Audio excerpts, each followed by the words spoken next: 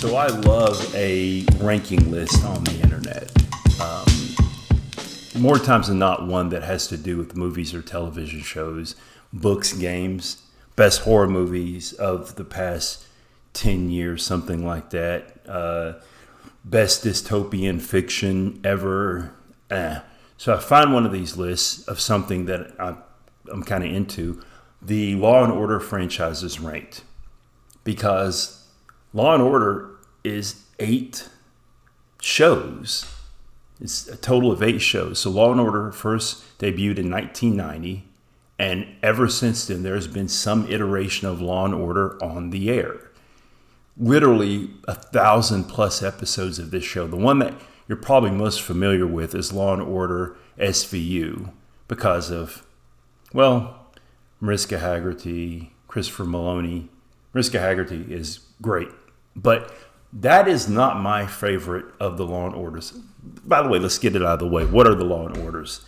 I'm not going to be able to do these in order of appearance. But yeah, here they go. Law and Order Original Recipe, which debuted in 1990. Law and Order SVU, which I think is the longest running series of Law and Order. Now, original Law and Order debuted in 1990, left in 1998, but came back in 2022. But I think Law and Order SVU may be the longest running dramatic series ever, beating out, I believe, Gunsmoke. So that's 2. We have Organized Crime, which is kind of a SVU spinoff because of Christopher Meloni. We have, let's see here, Toronto Criminal Intent, which is the most recent one. Like I said, I'm not doing these in any order. You have Criminal Intent. We're going to get back to that one. You have Trial by Jury. You have LA, which I guess is this Law and Order that takes place in LA. It only ran for 1 season, I believe. Law and Order takes place in New York. They tried to export it, to LA. And they're trying to export it again to Toronto. Let me finish this list, though. And then you have True Crime, which was really, even though Law and Order is known for things getting pulled straight from the headlines, True Crime was actually like these actual crimes that took place. Like, for example, the Menendez brother murders. That was one of the episodes. Now, I've seen most of the Law and Order series. I've never seen True Crime. I haven't seen Toronto. And I think that one debuted in February of 2024, maybe.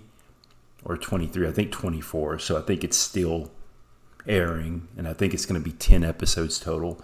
I don't think I've ever seen LA, but I've seen SVU. I've seen the original Law and Order, but I've seen Criminal Intent, every episode of Criminal Intent, multiple times. So looking at this ranking, I'm like, well, I want to see where Criminal Intent falls because it is my favorite one. And it's number 5. So it is, of all the Law and Orders that ran for more than 1 season. And it seems like True Crime really isn't a Law and Order series. It is the one that ran, of the ones that ran for more than 1 season, it is the lowest ranked one on this list. And I was surprised by this because I think it is the best one. Now, I think most people will probably say SVU, but let me just explain why I think it is the best one.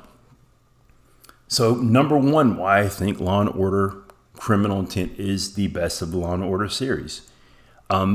Reason number 1, better character development. So, the thing which makes Criminal Intent different than the other Law & Order series is that you see more insight into the actual criminals, what they're doing, their motivation. As a matter of fact, every episode begins with you seeing the crime taking place with limited information. So you start out with that, and then throughout the episode, you see what's going on with the suspects.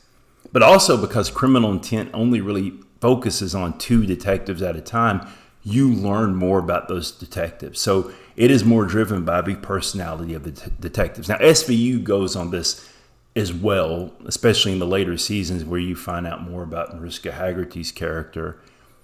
But the thing I do like about Criminal Intent, though it does get into their personal lives more, it just kind of is on the periphery. So you see more of this dynamic.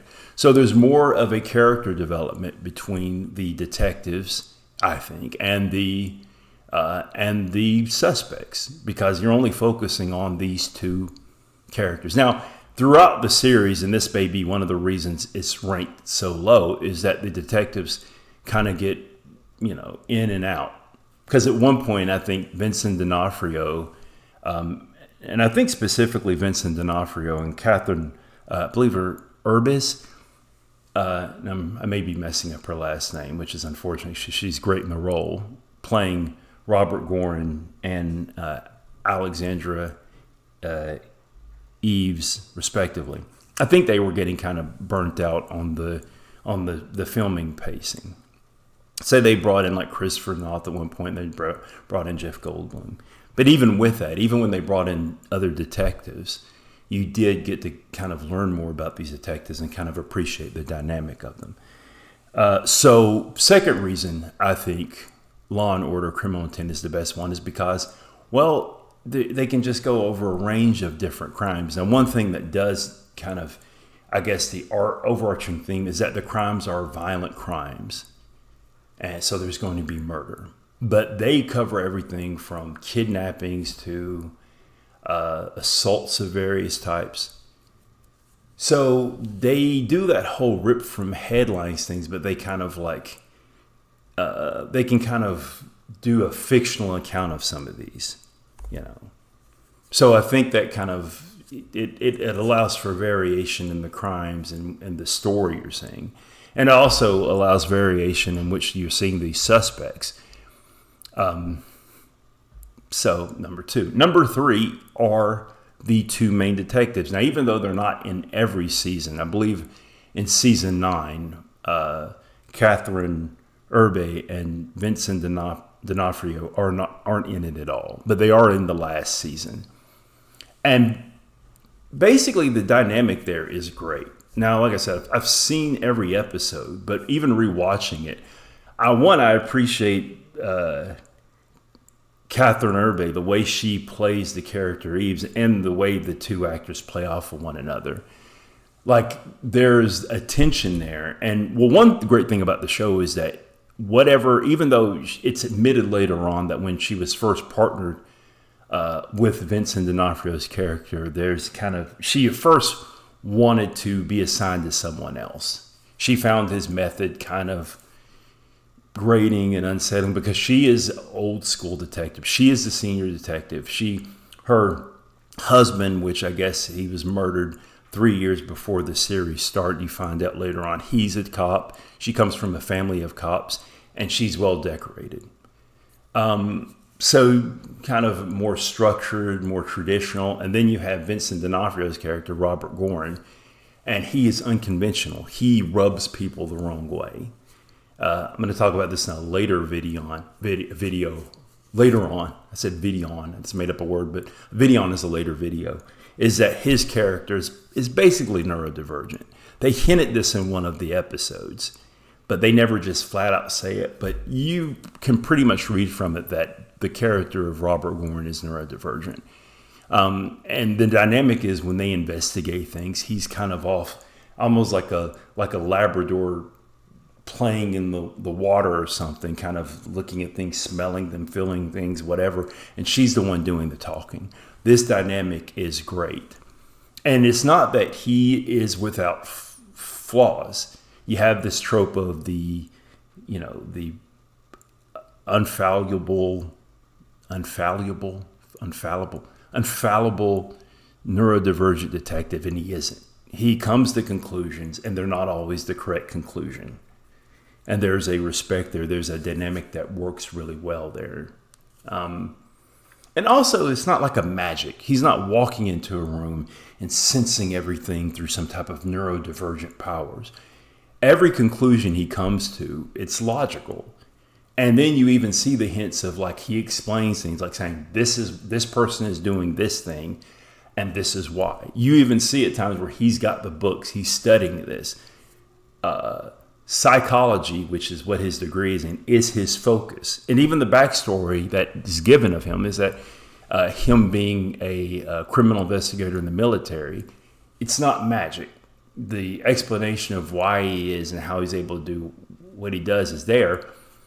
And also the dynamic of not only of how he works with his partner, but how he works with the district attorney. or the district attorney, ADA, the prosecuting attorney. A lot of their things are on hunches, the detectives that is, and they're constantly being reminded by the prosecuting attorney that we can't go by hunches. We need concrete evidence. So some of those things definitely appear in the other Law and Order episodes, but I do think the dynamic in Criminal Intent is kind of more entertaining. And maybe it was fitting that it ended up on USA, because at the time when Law and Order was airing on USA, when they had Suits and Monk, they said, well, characters welcome. And one thing about Law and Order Criminal Intent where it really leaned into was the fact that the detectives were characters. It was greatly character driven. That's why I think it's the best one. But put your opinion in the comments section. That's all this is. It's just my opinion. Also, I just like Vincent D'Onofrio. This whole video is just an excuse to say how great I think Vincent D'Onofrio is in everything he's in. Even movies that aren't that good, he's great. He's the best thing in a lot of things. He is. Kingpin, Private Pile, and Full Metal Jacket. Even The Sale, best thing in those things.